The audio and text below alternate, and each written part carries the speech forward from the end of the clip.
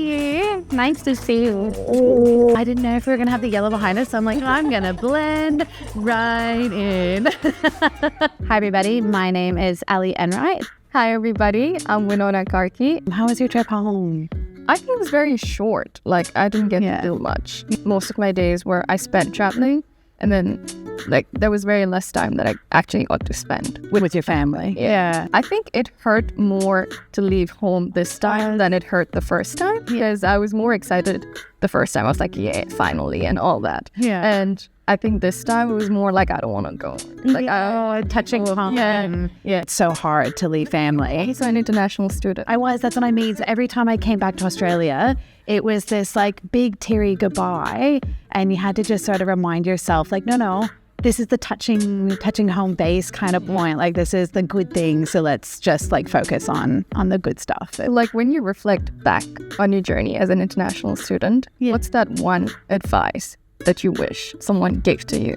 Really listen to your gut.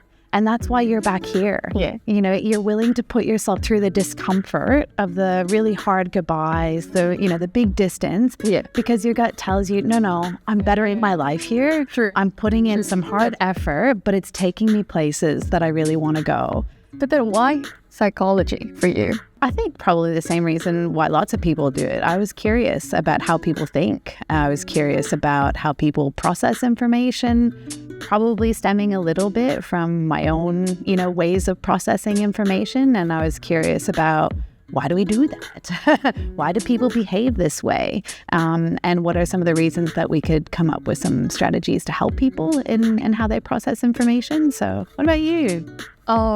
I actually just wanted to help people because I saw a lot of mental illnesses, stemming up in the family, inside the families. Yeah. I was very curious because I was introduced to it at a very young age. Yeah. But then we did not know really what to do. So I wanted to be that someone that knew what to do for other people. Yeah. And if they were going through that. Yeah. Okay, so catch me up to speed with where we're at with your studies. Very complicated right now. Yeah. I think better than how I was doing last year. I know that definitely for sure because I think I haven't reached out to you at all. I know. That's why I'm so curious how you're going. I think it was okay until I was really sick the last month. And then I think it's with the food. I don't cook. Yeah. And when you live by yourself and you balance uni and work, you don't really cook, eat fast food. I know. So I think it was that. Okay. The food is a really important one. And I know it's one that a lot of students struggle with. The number of times that I've told students, chuck some broccoli into a cup of water and chuck it in the microwave. Just some steamed veg. It's amazing how your body sings. So as you've come through second year, that's usually when you can start to maybe find the bits of information in psychology that you really connect with. Mm-hmm. So what's been your favorite stuff that you like to study? I'm also taking one elective, that's Psych 1108. Oh, that's so good. Yeah, I love that. It's a great topic. I can apply whatever that's in that topic into real life, actually. Immediately. Yeah, immediately. Yeah. The worksheets you do on procrastination, perfectionism. Yeah. That's you're so much more aware about yourself. Yeah. And then there are strategies that can help you with that. I think the best thing that I learned about was emotions and how you can perceive them as something else. Using imagery for emotions. So I read this that anger could be a really fast moving train. Mm-hmm. And then you can be the watcher of the emotions. So you can decide when the train is moving, do you want to jump off and hurt yourself, or you can stay on the platform, observe that train, that train will come to stop, and then you can board the train. So that's when you become a watcher for emotions. Yeah. So I think that really stuck. Yeah, that really stuck with me. I think that's one topic that I actually go back to and That's so awesome. That's the psychology of surviving and thriving. Surviving and thriving. Yeah. Psychology is a long journey, long study. People say that, you have to go through bachelor's and the honors and the master's, and then you have to do, more PhD, whatever you want to do. Yeah.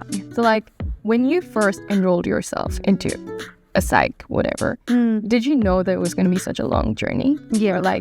Yeah. You were ready? My parents, one was a medical doctor, another was a professor. So they were very clear with me that I was in for the long haul. I did listen to my gut really early on, and it meant that I deviated from that pathway. So I took one of the least direct routes to where I'm at now, but it's equipped me with the skills that make me really impactful where I'm at now. So I did my undergrad in Canada in psych, and I knew that was step one. But after I finished that, I knew that ultimately I wanted to end up teaching and working with students, because that's where my passion is. I love, talking to you guys. I love learning from you guys. I love being with you guys. So all up, I took 4 degrees to get to where I'm at now. I know it's silly, but it's because I listened to that gut. And I was doing the same thing, working and eating 2-minute noodles. I don't think I saw broccoli for like 10 years till I married a personal trainer and my husband, and was like, you need some vegetables. That was one of the other questions I was going to ask you was, are you still thinking about clinical and going down that registration pathway? Or I am. I really am, actually. Yeah, cool. I don't know how how I'm going to manage it and everything, but then nothing else. I don't want to switch. And I think if you want to do clinical, one, you're beautifully suited for clinical. So, and what I've learned from getting to know you is that you're very stubborn. Persistent, I think, is the right way to put it. No, you'll get it. I remember the first time I walked into your office, completely helpless. And I was hoping you would say that, okay, you are done for this semester. You have to go through everything again. But what you said was, no, we'll work through this way, and I'm happy to give you extensions. And then you asked me how confident I was in doing that assignment and everything, and then you were like, okay, fine, you need this much time, you go through this, if not that, then this. There were always options available, because I honestly walked into your office that day and I thought that I was done. Like, there was no way out. You're so gorgeous.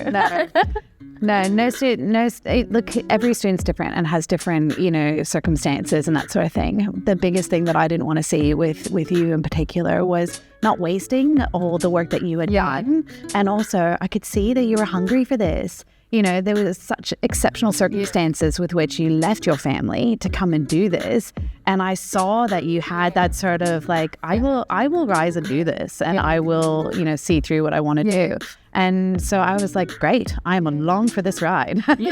I think I connect to you on a personal level more than, I think, outside of uni as well. Like, I'm always like, Ali, this is going, I don't think I've ever been this comfortable with a professional, like, university professional, like going through this, and I'm bawling my eyes out at your office.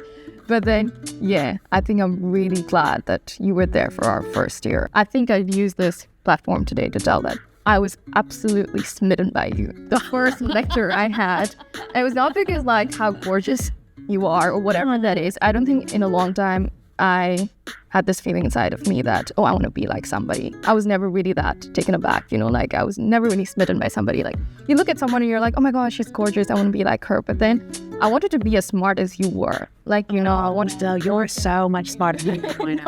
So much. No, when you walked into the room, I was like, no, I want to be this smart, and I want to, if I was looking up to you, like I wanted, someone to look up to me and be like that. Oh wow, she's smart. That's so kind. The first year is a different game. Yeah, because everybody's so nervous and scared, and they don't really know what's going on. So you really do need someone who's got that mama bear kind of energy, and that like, okay, we're going to get through this, and you're going to learn a lot about this content and yourself and how to uni and all those things. I think that really stuck with me and still does. Like, she believed in me that day when I was bawling my eyes out. I was telling her that I'm failing this, this is happening to me, and you were like, no, it's fine, you got this. I see in you, I believe in you. Don't switch. You were like, don't switch. And I was like, okay, I got this. Yeah, I'm so glad that you're doing well. I'm so glad that you're getting through it. And so I'm not gonna tell Ali, even if something's happening now,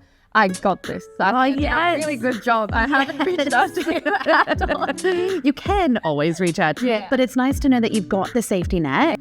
If you were to pick maybe one moment that you feel is a pivotal moment, or something that's really important for, any student, international, domestic, doesn't matter.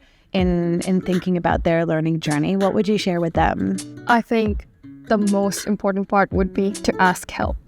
I think that's something many people struggle with, like, how do I, like, what is this person going to think? Like, are they going to buy it, not buy it? Even I went through that.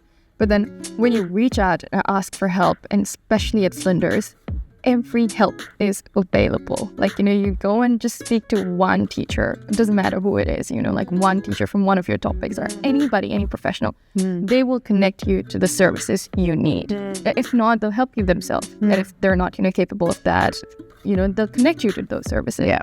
When you actually go and ask for help, everybody's willing to. Yeah, right. We do. We jump because that's the main thing people struggle with, because so many things are already going on inside their head.